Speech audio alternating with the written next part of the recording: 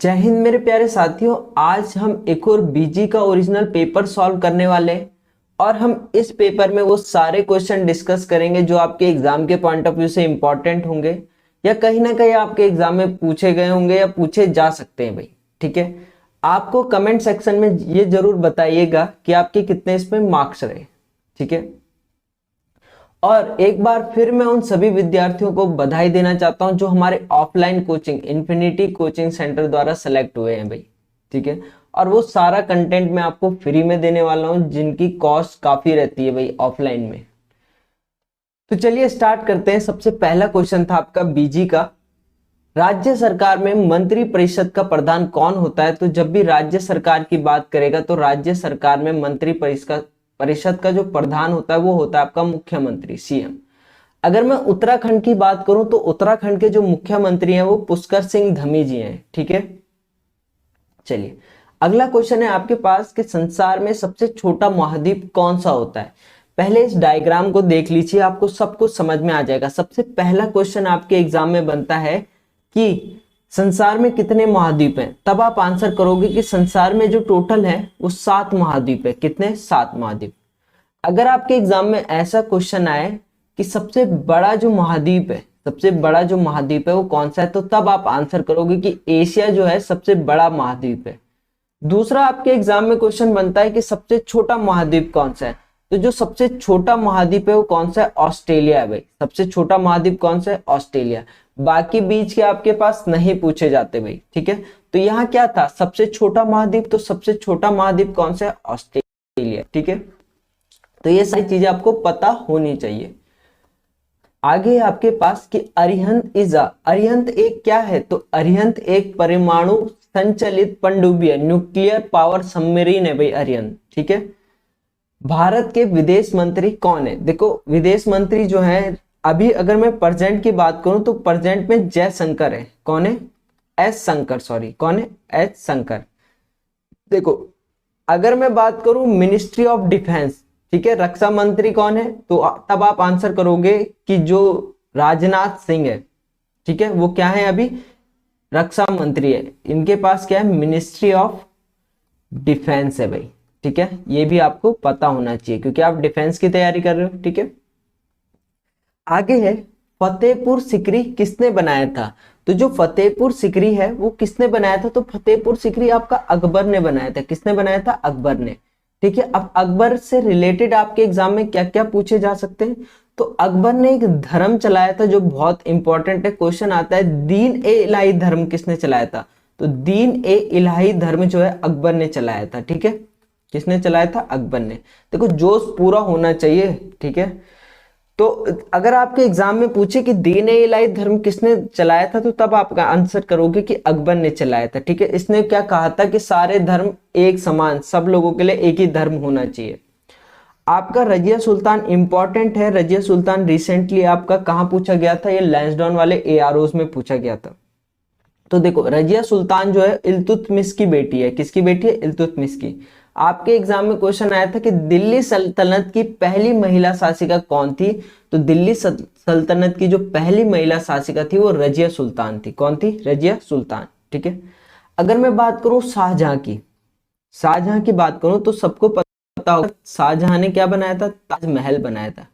क्या बनाया था? ताजमहल। ठीक है, अगर मैं बात करूं रेड फोर्ट, लाल किला, लाल किला भी किसने बनाया था? ये भी शाहजहां ने बनाया था भाई। ठीक है, और जामा मस्जिद भी किसने बनाई थी? शाहजहां ने बनाई थी। ठीक है, तो ये तीनों चीज आपको पता होने चाहिए। अब बात कर लेते हैं औरंगजेब की। तो औरंगजेब से रिलेटेड क्या इंपॉर्टेंट है? तो औरंगजेब जो था अंतिम मुगल शासक था।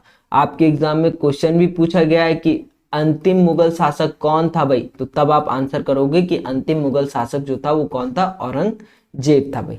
ठीक है, चलिए आगे है भारत की प्रथम महिला राष्ट्रपति कौन है? तो सबसे पहले जो महिला राष्ट्रपति थी वो आपकी थी श्रीमती प्रतिभा देवी पाटिल। कौन थी? प्रतिभा देवी पाटिल। सरोजिनी नायडू जो थी इंडियन नेशनल कांग्रेस की पहली भारतीय क्या थी? अध्यक्ष थी। ठीक है, अध्यक्ष थी। Commanders, who are we?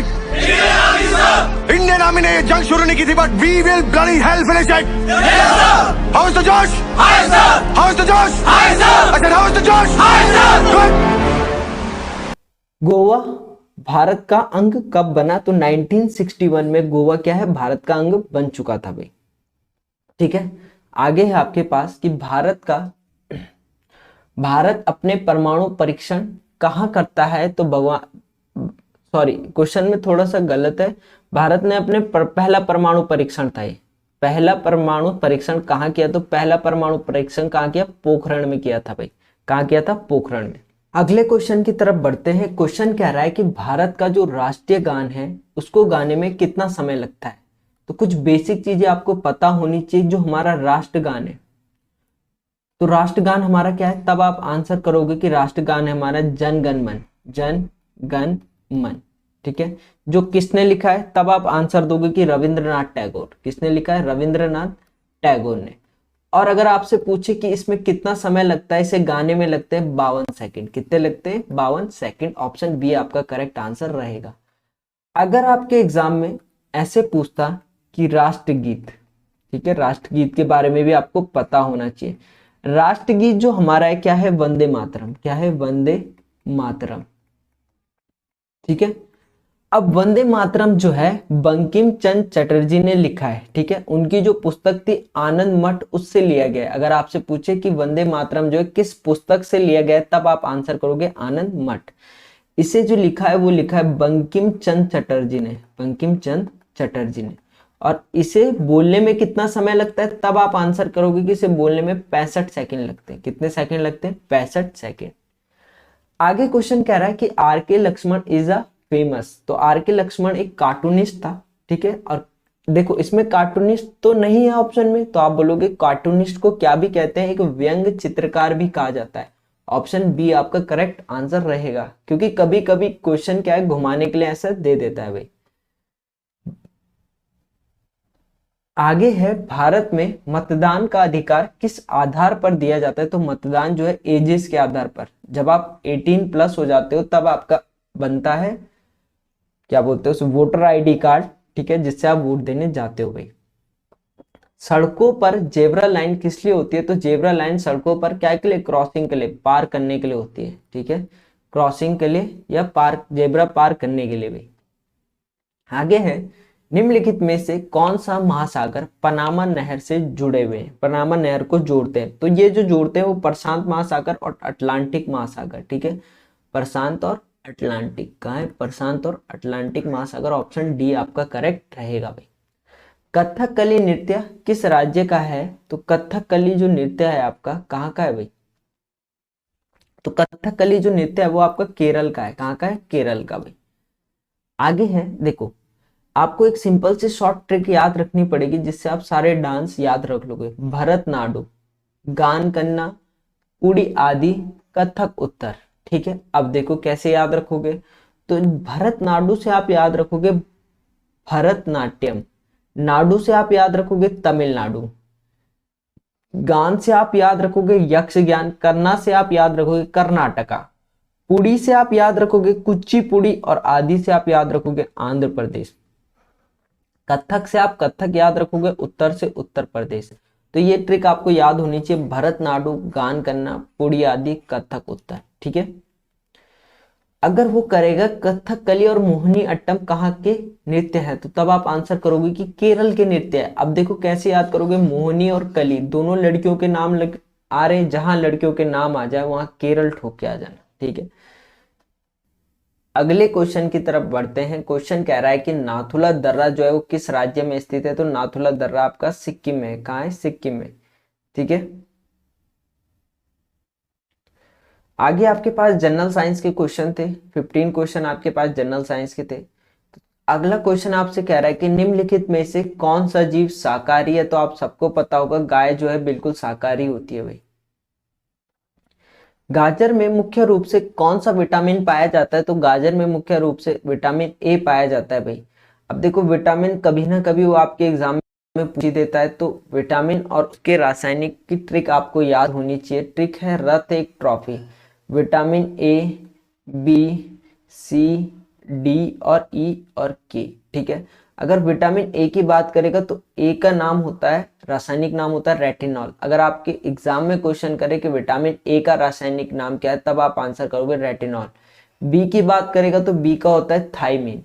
सी की बात करेगा तो सी का होता है एस्कॉर्बिक एसिड। डी का होता है आपका कैल्सिफेरॉल। ई का होता है आपका टोकोफेरॉल और के का होता है फिनोक्विनॉल। ठीक है, तो ये आपके कुछ विटामिन के रासायनिक नाम थे जो आपको पता होने चाहिए। वजन का मात्रक क्या होता है, तो इनमें से जो है वजन का मात्रक क्या होगा, ग्राम होगा भाई। तो ये तो बहुत सिंपल सा क्वेश्चन था। ठीक है, मैथ कुछ इसमें हार्ड थी। ठीक है, निम्न में से कौन सा प्राकृतिक संसाधन है भाई, तो प्राकृतिक संसाधन क्या है आपकी, क्या है, हवा प्राकृतिक संसाधन है भाई। टेलीविजन के सुदूर नियंत्रण करने वाला यंत्र में इस्तेमाल होता है, मतलब जो टीवी रिमोट का हैंडसेट होता है उसमें कौन सी रेज यूज होती है, तो टीवी रिमोट में जो आपकी रेज होती है वो होती है आपकी इंफ्रारेड रे। कौन सी, इंफ्रारेड रे। आगे आपके पास कि अधिक मदिरा पान से मानव शरीर का कौन सा अंग क्षति पहुंचता है, मतलब आप अगर अधिक मदिरा पान करते हो तो आपका शरीर का कौन सा अंग खराब होता है, तो तब आप आंसर करोगे कि आपका लीवर जो है यकृत, अधिक दारू पीने से। अगर सिंपल मैं आपकी भाषा में कहूं तो आप अगर दारू का ज्यादा सेवन करते हो तो आपका लीवर जल्दी खराब हो जाएगा भाई। और अगर आप ज्यादा सुट्टा फूकते हो तो आपके फेफड़े खराब हो जाएंगे भाई। आगे है कि दो या दो से अधिक धातुओं के समांगित मिश्रण को क्या कहा जाता है, तो उसे एलॉय कहा जाता है। क्या कहा जाता है, एलॉय कहा जाता है भाई। नाड़ी या नब्ज नापने की क्रिया डॉक्टर द्वारा क्या पता लगाने के लिए की जाती है। देखो आजकल के टाइम पे तो बहुत सारे इंस्ट्रूमेंट हो गए।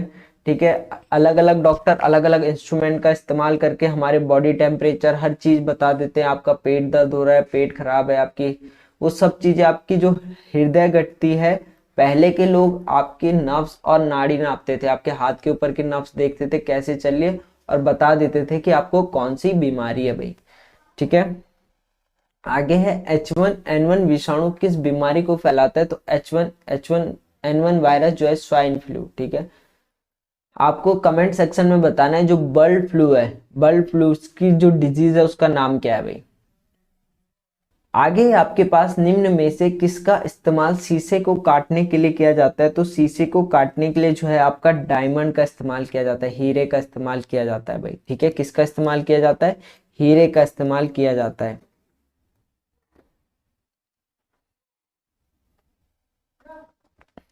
आगे है एक्सरे की खोज किसने की थी, मोस्ट इंपॉर्टेंट, पता नहीं कितनी बार आपके आर्मी एग्जाम में पूछा गया है कि एक्सरे की खोज किसने की थी, तो एक्सरे की खोज की थी जो वो की थी आपकी WC रॉन्टजन ने। ध्वनि किस माध्यम से नहीं गुजरती है, तो ध्वनि वैक्यूम से नहीं गुजरती है भाई, निर्वात से नहीं गुजरती है। Parts of machine go worn out due to, मशीनों के पुर्जे का घिसने का, पिसने का नहीं है, घिसने का, ऐसे ही कर देना है। घिसने का जो मुख्य कारण है वो घर्षण बल है, एक्शन फोर्स। ठीक है, जब कोई चीज घिसती है तो मशीन के पुर्जे जो है घिस जाते हैं, उसका कारण क्या है, आपका घर्षण बल है भाई। हीरा और ग्रेफाइट दोनों जो है कार्बन के क्या है, तो हीरा और ग्रेफाइट कार्बन के जो है अपरूप है, एलोट्रोप्स है। Diamond and graphite are allotropes of carbon. इंद्रधनुष के रंग किस क्रम में होते हैं, तो विभ्योर, VIBGVOR, 2 2 4 2 6 और 1 7, कहीं दिख रहा है BG। ऑप्शन सी आपका करेक्ट आंसर रहेगा, VIBGVIOR। ठीक है, आप आगे आपके पास मैथमेटिक्स के क्वेश्चन थे। मैथमेटिक्स के एक दो क्वेश्चन काफी हार्ड थे। अगर मैं सबसे पहले क्वेश्चन की बात करूं तो सबसे पहला क्वेश्चन है आपके पास कि एक साइकिल के पहिए की त्रिज्या 42 सेंटीमीटर है। ठीक है, साइकिल के पहिए की त्रिज्या मतलब आर दे रखा है आपको 42 सेंटीमीटर, यहां तक कहानी ठीक है। आर कितना दे रखा है, 42 सेंटीमीटर। आगे कह रहा है कि तो बताइए कि 400 घुमाव में या कितनी दूरी तय करेगा। अब देखो 400 घुमाओ, तो कुल घुमाओ कितने दे रखे उसने 400, कुल घुमाव दे रखे उसने 400। इंग्लिश में बात करो तो नंबर ऑफ रेवोल्यूशन। ठीक है, तो चलिए स्टार्ट करते हैं। अब देखो, अब आपको पता होगा कि परिधि क्या होती है, सरकमफ्रेंस क्या होता है, वृत्त की परिधि क्या होती है, पहिया है गोल होगा, परिधि होती है 2πr, क्या होती है परिधि, क्या होती है 2πr। तो अगर मैं एक घुमाव की बात करूं, एक घुमाव में कितनी दूरी तय करेगा, में कितनी दूरी तय करेगा, इंग्लिश में बात करूं तो 1 रेवोल्यूशन डिस्टेंस, एक रेवोल्यूशन की डिस्टेंस कितनी आएगी, तो आप बोलोगे 2 इंटू पाई का मान होता है 22/7 इंटू आर कितना है 42 है, तो ये हो जाएगा 7 6 42 और 6 दूनी 12, 22 इंटू 12, 12 दूनी 24, कैरी 2, 12 दूनी 24 और 2 26, 264। तो एक घुमाव का कितना आ गया, तो आप बोलोगे एक घुमाव का आ गया 264। ठीक है, अब कितने घुमाव घूमने, तो आप बोलोगे 400, तो 400 घुमा दो, तो 400 घुमाव का कितना हो जाएगा, तो तब आप बोलोगे 400 घुमाव का हो जाएगा 264 इंटू 400, मल्टीप्लाई कर दो, 4 चुको 16 कैरी 1, 6 चुको 24 और 1 25 कैरी 2, 4 दूनी 8 और 2 10, 1056, 2 जीरो और ये क्या आ जाएगा आपके पास सेंटीमीटर। अब ये सेंटीमीटर में आ जाएगा, आपके पास आंसर किस में दे रखे, मीटर में दे रखे हैं, तो कन्वर्ट कर दो। आप कन्वर्ट कैसे करो, आपको पता है कि 1 मीटर बराबर कितने सेंटीमीटर, तो आप बोलोगे 1 मीटर बराबर 100 सेंटीमीटर, और 1 सेंटीमीटर बराबर कितने मीटर, तो 1 सेंटीमीटर बराबर 1/100 मीटर। बोलो हाँ या ना। ठीक है, तो देखो अब आपको ये सेंटीमीटर ये मीटर में कन्वर्ट करना है, तो 105600 इंटू 1/100 मीटर, 1056 मीटर आपके पास आंसर। सिंपल सा था, थोड़ा कैलकुलेटिव था, पर समझ में आया या नहीं आया बोल देना भाई कमेंट सेक्शन में। आगे आपके पास की दो संख्याओं का अनुपात 2:3 है, कोई दो नंबर से उनका जो रेशियो है 2:3 है। ठीक है, यदि प्रत्येक संख्या में 9 जोड़ा जाए तो उनका अनुपात 3:4 हो जाएगा। ठीक है, वे संख्या ज्ञात करो। ठीक है, एक तो आपके पास बेसिक तरीका होता है, मैंने मॉक्स में भी करा रखा है। बेसिक तरीका क्या कहता है, माना संख्या क्या है x है, माना संख्या क्या है x है, तो ये वैल्यू हो जाएगी 2x और ये वैल्यू हो जाएगी 3x। रेशो में है तो रेशो को डिवाइड भी लिख सकते हैं, प्रत्येक में 9 जोड़ा जाए तो जोड़ दो, +9 तो रेशो क्या है, क्या हो जाएगा 3 और 4, तो 3/4 हो जाएगा। यहाँ तक कहानी ठीक है। अब ये क्रॉस मल्टीप्लाई यहाँ, ये क्रॉस मल्टीप्लाई यहाँ, तो 4 दूनी 8x प्लस 9 चौक 36 इक्वल टू 3 तियाँ 9x प्लस 9 तियाँ 18। अब देखो यहाँ इसको यहाँ ले जाओ। ठीक है, कितना हो जाएगा, ये 9x में से 8x गया तो x बचा, और 36 में से 18 गया, आपके पास ये बचेगा 18, 9 तियाँ 27 होता है, 9 तियाँ 27 होता है। ठीक है, तो ये आपके पास बचेगा x की वैल्यू 9, 36 माइनस 27 करोगे तो 9 आ जाएगा। अगर x की वैल्यू 9 आ गई तो संख्या आपने 2x और 3x मानी थी, तो 2 इंटू 9 कितना, 9 दूनी 18, और 3 इंटू 9 कितना, 9 तियाँ 27। कहीं दिख रहा है 18 27, ऑप्शन बी आपका राइट आंसर होता। इतना भी नहीं करना है, आप थोड़ा सा कष्ट कर लेते, शॉर्ट ट्रिक पढ़ लेते जो मैंने आपको पढ़ाई है, तो आप थोड़ा सा आसान और हो जाता।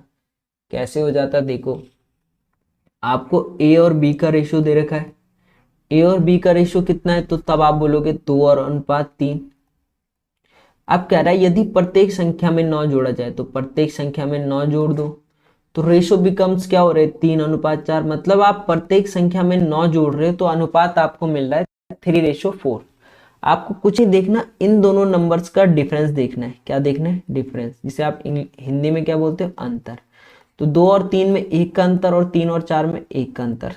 ठीक है, तो यहाँ से आप कह रहे होंगे कि 1 इकाई या 1 यूनिट जो है वो कितने नंबर को रिप्रेजेंट कर रहा है, 9 नंबर को। अगर 1 यूनिट 9 नंबर को रिप्रेजेंट कर रहा है तो 3 यूनिट की वैल्यू क्या होगी, तो आप बोलोगे 3 9 में 27।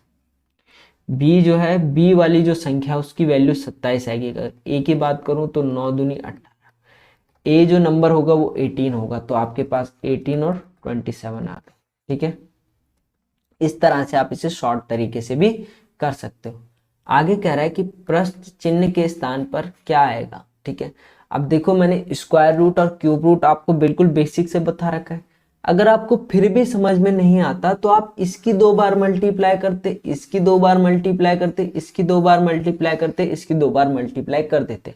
जिसका मल्टीप्लाई आ जाता वो इसका रूट हो जाता। देखो कैसे, एक तो बेसिक तरीका है, ठीक है, वो मैंने आपको करा रखा है वीडियो में, शॉर्ट तरीका भी करा रखा है, इसमें मैं आपको डायरेक्ट करना बताऊंगा ऑप्शन से कैसे करते। आप करते 89 इंटू 89, मल्टीप्लाई करते 9 नमे 81 कैरी 8, 8 नमे 72 और 8, तो 72 और 8 होता है 80 कैरी 8, ठीक है, 72 और 8 80, 8 नमे 72 कैरी 7, 8 अठे 64 और 64 और 7 71, 1 2 8 1 9 7, तो ये नहीं हो सकता। फिर आप क्या करते 93, और 93 क्यों नहीं हो सकता, तो 3 3 9, 3 के लास्ट में 9 आ रहा है, तो ये तो वैसे भी नहीं हो सकता।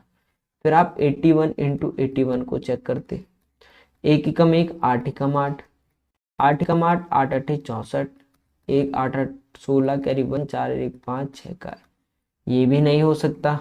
फिर आप 91 चेक करते तो कोई बचा नहीं, तो यही होगा 1 एकम 1 9 एकम 9, 9 एकम 9 9 में 81, 1 9 9 18 कैरी 1 1 1 2 8 2 8 1, यही आपका राइट आंसर है। तो इस तरह से आप क्या करो, 2 बार मल्टीप्लाई करके देख लिया करो, बहुत आसानी से आपका निकल जाएगा, आपको चीजें सीखनी भी नहीं पड़ेगी भाई। चलिए अगला कह रहा है कि एक बक्से में 20 किलोग्राम गोलियां हैं और एक गोली का भार 40 किलोग्राम है। अगला क्वेश्चन है कि एक बक्से में 20 ग्राम गोलियां हैं और एक गोली का भार 40 ग्राम है, तो बक्से में कुल कितनी गोलियां हैं। अब आप मुझे बताओ कि ये 20 किलोग्राम है और ये 40 ग्राम है, तो 20 किलोग्राम क्या है, एक बक्से में 20 किलोग्राम गोली है, तो इसे कन्वर्ट किस में करना पड़ेगा, ग्राम में। तो 1 किलोग्राम बराबर कितने ग्राम, तो आप बोलोगे 1000 ग्राम, 1000 ग्राम। तो यहां से ये इसकी वैल्यू क्या हो जाएगी, इसकी वैल्यू हो जाएगी 20,000 ग्राम। ठीक है, और एक गोली का भार 40 है, तो डिवाइड कर दो 40 से। ठीक है, 0 से 0, 4 पंजे 20 और 500, तो टोटल कितनी गोलियां होंगी उसमें, 500 गोलियां होंगी। ठीक है, कितनी गोलियां होंगी, 500 गोलियां। ऑप्शन बी आपका सही आंसर रहेगा। देखो काफी विद्यार्थी से बेसिक तरीके से कर रहे और बहुत गलत कर रहे थे। ठीक है, जब मैं ये ऑफलाइन बैचेस में भी करा रहा था तो काफी विद्यार्थी से स्क्वायर खोल रहे, पता नहीं क्या क्या कर रहे हो। बिल्कुल आसान था, आपके पास x प्लस वाई बराबर आपके पास दे रखा था 100 और x माइनस वाई बराबर दे रखा था 16। अब देखो यहां से स्क्वायर हटाते यहां अंडर रूट लगा देते, तो यहां से आपके पास इक्वेशन क्या बन जाती, x plus y equal to under root 100 और x माइनस वाई बराबर क्या बन जाता, अंडर रूट 16। और ये 10 का होता है, ये 4 का होता है, तो यहां से मैं कहता कि x प्लस वाई बराबर 10 इक्वेशन 1 और x माइनस वाई बराबर क्या 4 इक्वेशन 2। दोनों को जोड़ने पर y से y कैंसिल हो जाता, अगर y से y कैंसिल हो जाता और x क्या हो जाते 2x हो जाते, और 10 और 4 14 हो जाता, तो x की जो आपके पास वैल्यू आती 14/2 मतलब 7 आपके पास x की वैल्यू आ जाती। अगर x की वैल्यू 7 है तो y निकाल लोगे, x की वैल्यू 7 है तो y 3 आ जाएगा। तो आपसे x की पूछी थी, ऑप्शन डी आपका करेक्ट आंसर रहेगा भाई। आगे था आपके पास कि 0.224 इंटू 100 का मान ज्ञात करो। तो कुछ नहीं करना था, 2 जीरो थे, 2 बार दशमलव आगे लगा देते तो 22.4 आपके पास आंसर आ जाता। ठीक है, 22.4 ऑप्शन ए। देखो इस क्वेश्चन में काफी विद्यार्थी इसका क्वेश्चन अलग अलग करके आए, कोई इसमें 0 करके आया, कोई 12 करके आया, कोई नन ऑफ दीज करके आ गया। देखो एवरेज होता क्या है, एवरेज आपको बोलता है कि संख्याओं का योग अपॉन संख्याओं की संख्या, जितनी संख्या होती है, यही तो कहता है एवरेज। तो आपके पास सिंपल सा था 6 माइनस ए प्लस 6 प्लस ए बाय कितना 2। अब आप मुझे बताओ, आपके पास 6 माइनस ए को आपको प्लस करना है 6 प्लस ए से जोड़ना है। तो ये देखो, ये माइनस का ए है, ये प्लस का ए, तो दोनों आपस में कैंसिल हो जाएंगे और 6 और 6 12 हो जाएगा। तो यहां से आप बोलते हैं कि 12/2। तो आपके पास एवरेज आ जाता 6। आपके पास क्या आ जाता है, इसका आंसर ऑप्शन ए आपका करेक्ट रहता। काफी विद्यार्थी से भाई गलत करके आ गए, कोई इसमें 12 लगा के आ गया, कोई से 0 करके आ गया, पर जो इसका राइट आंसर था वो 6 था। और 6 मुझे नहीं लगता किसी स्टूडेंट ने उस टाइम 6 किया होगा। तो ऐसे क्वेश्चन आपको घुमाने के लिए दिए जाते हैं। अब आप सभी को पता है 64 किसका स्क्वायर होता है, किसका रूट होता है, तो आप बोलोगे 8 का रूट होता है। 25 किसका होता है, 5 का होता है। माइनस कर दो, 8 में से 5 गया 3। आपके पास आंसर ऑप्शन बी आपका राइट आंसर रहेगा। आगे आपसे कह रहा है कि एक वायुयान इम्फाल से 19:50 पर उड़ान भरता है और यह दिल्ली से 22:30 तक 30 मिनट में हवाई अड्डे पर उतरता है, तो यह दिल्ली पहुंचने में कितना समय लेगा भाई। बिल्कुल सिंपल सा सवाल था। इम्फाल से वो 19:50 पर उड़ान भरता है। अगर देखो मैं बात करूं 12 घंटे के हिसाब से, वैसे तो 24 घंटे होते हैं, पर हमारी जो घड़ी है वो कितने 12 के हिसाब से चलती है।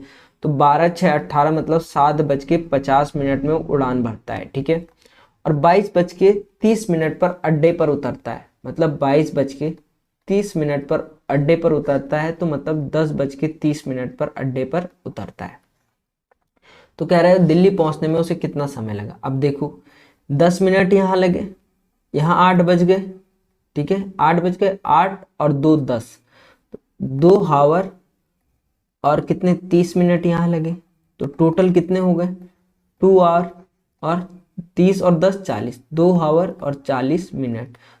मुझे लगता है इसमें कुछ क्वेश्चन में ऐसी डिफिकल्टी थी, बिल्कुल आपको कैलकुलेट करना था बेसिक चीजें। आगे कह रहा है आगे आपसे कह रहा है कि यदि x इक्वल टू 1, मतलब x का मान 1 है, तो 2x प्लस 3 का मान क्या होगा। तो आपसे 2x प्लस 3 पूछ रहा है और x की वैल्यू आपको पास दे रखी है। तो 2 इंटू 1 प्लस 3, तो 2 1 जा 2 प्लस 3 कितना 5। आपके पास क्या हो जाता, आंसर हो जाता। बहुत आसान सा क्वेश्चन था। आगे कह रहा है कि दो संख्याओं का महत्तम समापवर्तन 11 है और उनका लघुत्तम समापवर्तन 7700 है। यदि उनमें से एक संख्या 275 हो तो दूसरी संख्या ज्ञात करो। मैंने आपको बहुत दिन बता रखा है, बहुत इंपॉर्टेंट फॉर्मूला करके आपको बता रखा है कि ये क्वेश्चन आपका पूछा ही जा सकता है इस टाइप का। फर्स्ट नंबर पहली संख्या इंटू सेकेंड नंबर दूसरी संख्या इक्वल टू एलसीएम गुणा HCF, ठीक है। अब क्या कह रहा है, महत्तम समापवर्तन 11 है, ठीक है, लघुत्तम समापवर्तन 7700 है, उनमें से एक संख्या 275 है, तो दूसरी संख्या ज्ञात करो। कुछ नहीं करना था, ये वैल्यू नीचे चले जाती, तो सेकंड नंबर बराबर आप बोलते 11 इंटू 7700 अपॉन 275। आप चाहे 11 से काट लो चाहे 5 से काट लो, तो मैं 11 से काट रहा हूँ। 11 दूनी 22, 5 11 पंजे 55। फिर मैंने 5 से काटा, 5 पंजे 25, 5 एकम 5, ठीक है, कितना बच गया 2 बच गया। 5 पंजे 25, 5 चौको 20 0। फिर 5 से काटा तो 5 3 15, 5 8 40, ठीक है, प्रॉपर कट गया, 0 लगा दो, 308 आपका आंसर। अगले क्वेश्चन की तरफ बढ़ते हैं। क्वेश्चन कह रहा है आपसे कि यदि a और b का रेशियो 3:4 है और b और c का जो रेशियो है 8:9 है, तो आपको a और c का मान ज्ञात करना है। तो सबसे पहले आपको दे रखा है कि a और b का जो रेशियो है वो कितना है, तो तब आप बोल रहे होंगे 3:4, और बी सी का जो रेशियो है वो कितना है, वो है आपका 8:9, ठीक है। तो एक सिंपल सा आपके पास शॉर्ट मेथड होता है उल्टे एन का।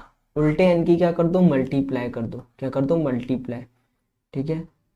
उल्टा एन कैसे बनता है आपका, ऐसे ऐसे और ऐसे, इसकी क्या कर दो, मल्टीप्लाई कर दो। कैसे कर दो, अब देखो आप क्या करो कि ए से बी की मल्टीप्लाई करो। ए से अगर बी की मल्टीप्लाई करोगे तो आपके पास ए आ जाएगा। तो 8 तियां 24 होता है, तो ए की जो वैल्यू आएगी 24। ऐसे आप बी की बी से मल्टीप्लाई करो, 8 चौको 32 32। और इसी तरह आप बी से सी की मल्टीप्लाई करो, 4 नमे 4 नम 36।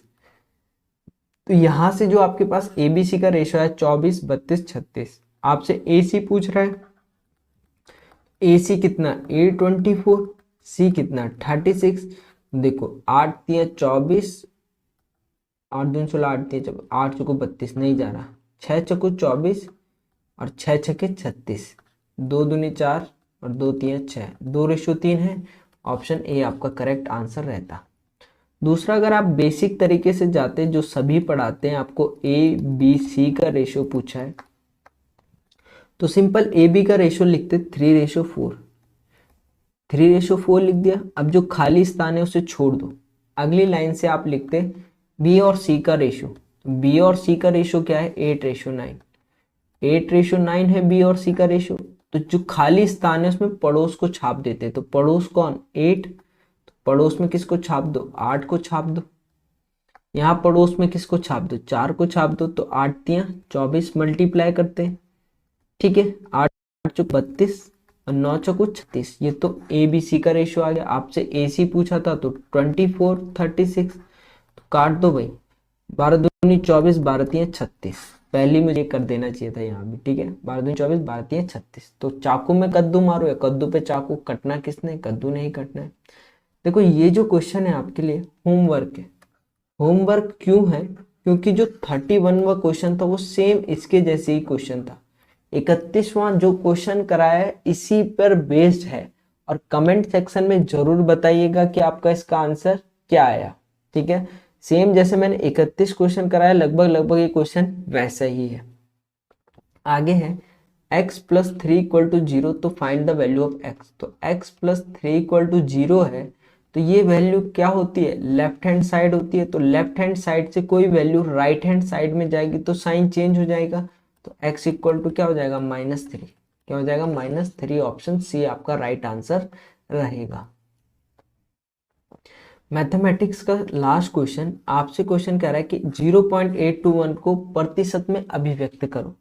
तो बिल्कुल सिंपल सा था। अगर आपको किसी भी वैल्यू को परसेंटेज में चेंज करनी है तो उससे 100 से गुणा कर दो। 0.821 था ना, इसको अगर आप 100 से गुणा कर देते तो एक परसेंटेज में चेंज हो जाता, तो आपका आंसर आ जाता 82.1। देखो कोई भी परसेंटेज वैल्यू है, जैसे मैंने बोला 25%, तो आप बोलोगे 25/100। किसी भी प्रतिशत को अगर भिन्न में बदलना है तो 100 का भाग करते हैं तो 1/4 आएगा।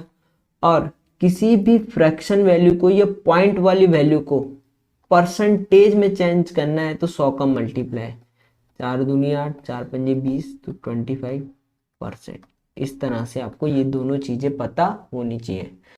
आगे आपके पास रीजनिंग का क्वेश्चन।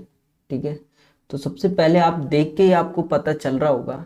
देखो 3 3 जा 9, जो पहले दो नंबर है उनका मल्टीप्लाई हो रहा है, 5 1 जा 5, 6 2 जा 12।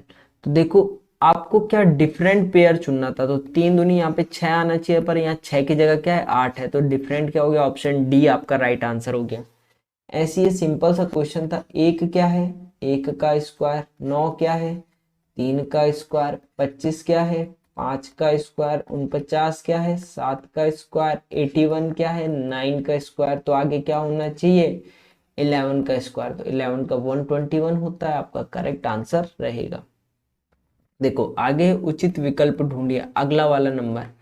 देखो सीरीज से बहुत ज्यादा क्वेश्चन आए थे 2018 में। ठीक है, तो देखो सीरीज में क्या हो रहा था, 1 दूनी 2 + 1 3, 3 दूनी 6 और 1 7, 7 दूनी 14 और 1 15, 15 दूनी 30 और 1 31, और 31 दूनी क्या होता है 2 एकम 2 3, 62, 62 1 63, 63 आपका राइट आंसर रहता है, ऑप्शन डी।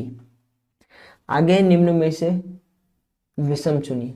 मुंबई एक सिटी है, बेंगलुरु एक सिटी है, दिल्ली एक सिटी है, रंगून बिल्कुल अलग है, तो इनमें से ऑड क्या हो जाएगा रंगून। आगे आपके पास 144 72, 24, 12 और 4। देखो जब भी सीरीज घट रही हो तो आपका क्या लगता है, तो आपका डिवाइड वाला कॉन्सेप्ट लगता है, जिसे आप बोलते हो भागा। अगर आप 144 में देखो, अगर आप 144 को 2 से डिवाइड करोगे तो 72 आएगा क्या, 2 दूनी 4 और 2 सती 14, ठीक है। और 72 को अगर 2 से डिवाइड कर रहे होंगे तो 2 एकम 2, 2 तिया 6, 2 तिया 6, 2 चक्कू 2 तिया 6, एक बचा 12, 2 छके 12, 36 नहीं। अगर मैं इसे 3 से डिवाइड करता हूं तो 3 दूनी 6, 3 दूनी 6, एक बचा 3 चक्कू 12, ठीक है। Divide by 3। अब यहाँ तो तुम्हें पता चल रहा होगा कि 24 को 2 से डिवाइड करोगे तो डिवाइड 3 करोगे, फिर डिवाइड 2, क्योंकि सीरीज क्या एक लॉजिक बना रही है, 2 3 2 3 2, ठीक है। तो 4 को 2 से डिवाइड करोगे तो 2 ऑप्शन, आपका आंसर ऑप्शन बी आपका करेक्ट आंसर रहेगा। तो आज के लिए इतना ही, मिलते हैं अगली वीडियो पर। जय हिंद।